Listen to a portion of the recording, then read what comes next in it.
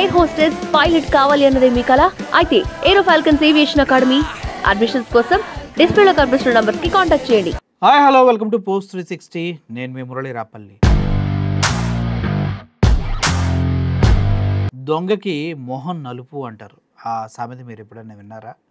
Yes, దొంగ ఎప్పుడైనా మొహం నల్లగా పెట్టుకుని తిరుగుతూనే ఉంటాడు. దొంగతనం ఎవడు చేశాడరా అనగానే వాడు మొహంలో చేంజెస్ వస్తూ ఉంటాయి. అయితే ఈ ప్రస్తావన ఇప్పుడు తీసుకురావడానికి గల కారణం ఏంటంటే, మన దేశ ప్రధాని నరేంద్ర మోడీ గారు ముఖ కవళికలు పూర్తి స్థాయిలో అకావికలంగా చండాలంగా తయారయ్యి ఒక ప్రసంగం వింటూ, ఆ ప్రసంగం చేసింది ఎవరో కాదు, ప్రపంచంలోనే అత్యంత అందగతిగా పేరుగాంచి ఇప్పటికీ నువ్వేమన్నా ఐశ్వర్య రాయ్ అనుకుంటున్నావా అని అంటూ ఉంటారు కదా.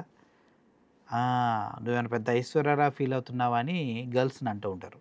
అలాగే ఆ వ్యక్తి ఐశ్వర్య రాయ్ ఇప్పుడు ఒక ప్రసంగం చేశారు, అది కూడా సత్యసాయి జన్మించినటువంటి జిల్లాలో. అయితే ఇక్కడ ఈవిడ మాట్లాడినటువంటి మాటలు అసలు మామూలుగా లేవు.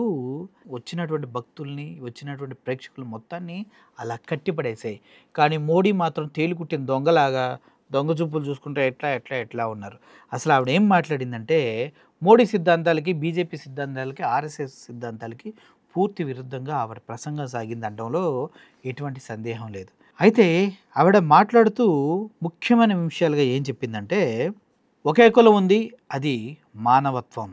మనకి మాత్రం అనేక కులాల మధ్య విభజించి పాలించటం బీజేపీకి, రాజకీయ నాయకులకి పరిపాటి. సో కులాలు విభజించే వాళ్ళని ఎర్రిపప్పలన్నట్టుగానే చెప్పింది ఐశ్వర్య రాయ్.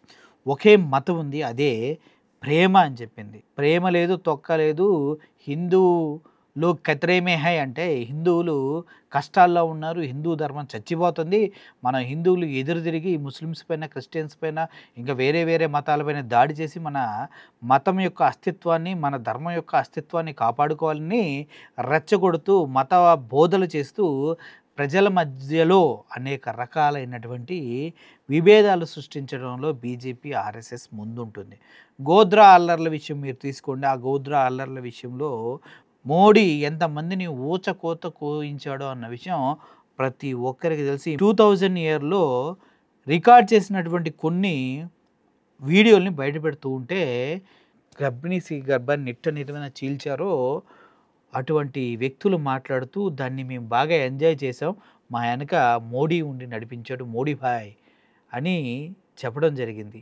ఆ తర్వాత క్లియర్గా వాళ్ళు మాట్లాడుతూ, ఎలా మీరు మరి బయటకు వచ్చారంటే, ఇద్దరు జడ్జిలు వీడికి ఒక్కసారి కాదు 4 సార్లు ఊరేళ్ళేటటువంటి దుర్మార్గుడిని నా పైన తీర్పిచ్చినప్పటికీ ఆ జడ్జిని మార్చేశారు. మళ్ళీ రెండో జడ్జి ఇచ్చి అదే తీర్పిచ్చిన ఆయన్ని మార్చేశారు.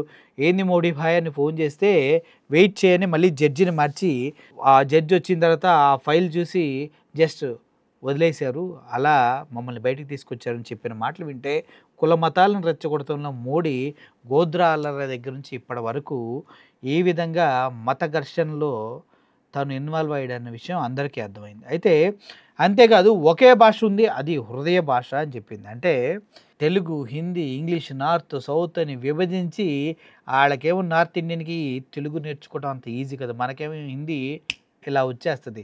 సో దీన్ని తట్టుకోలేక ఇక్కడ కూడా హిందీని ప్రవేశపెట్టాలని త్రిభాషా విధానాన్ని ప్రవేశపెట్టారు కదా.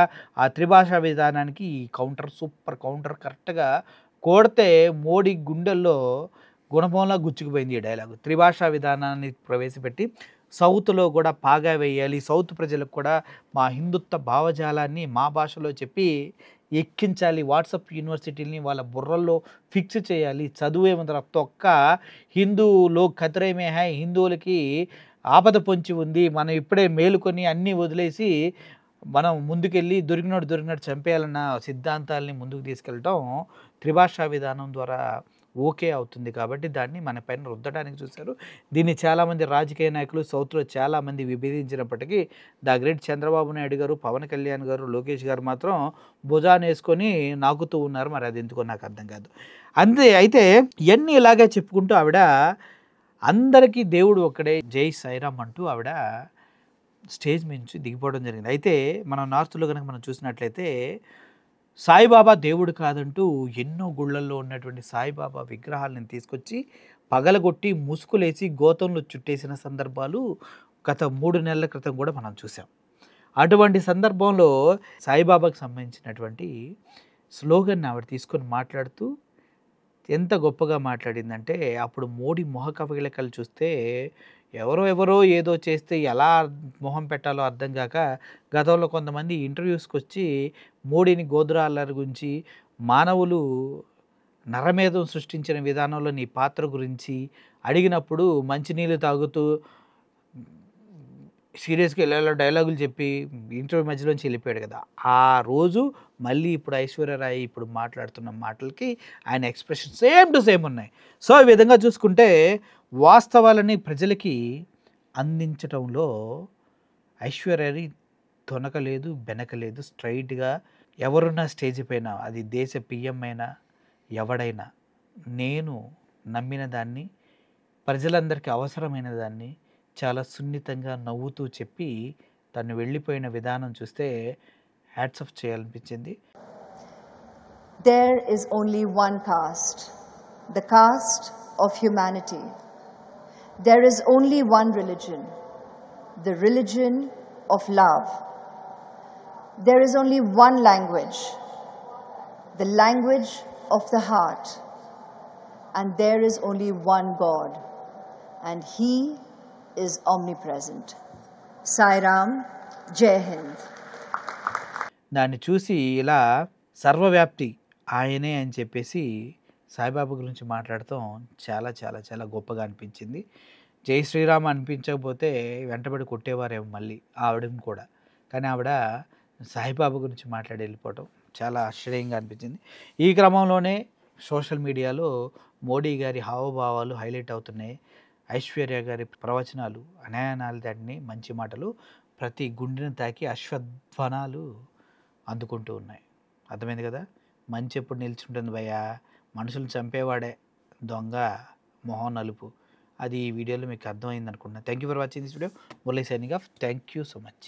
ఎయిర్ హోస్టెస్ పైలట్ కావాలి అన్నదే మీ కల అయితే ఏరో ఫాల్కన్స్ ఏవియేషన్ అకాడమీ అడ్మిషన్స్ కోసం డిస్ప్లేలో కనిపిస్తున్న నంబర్కి కాంటాక్ట్ చేయండి.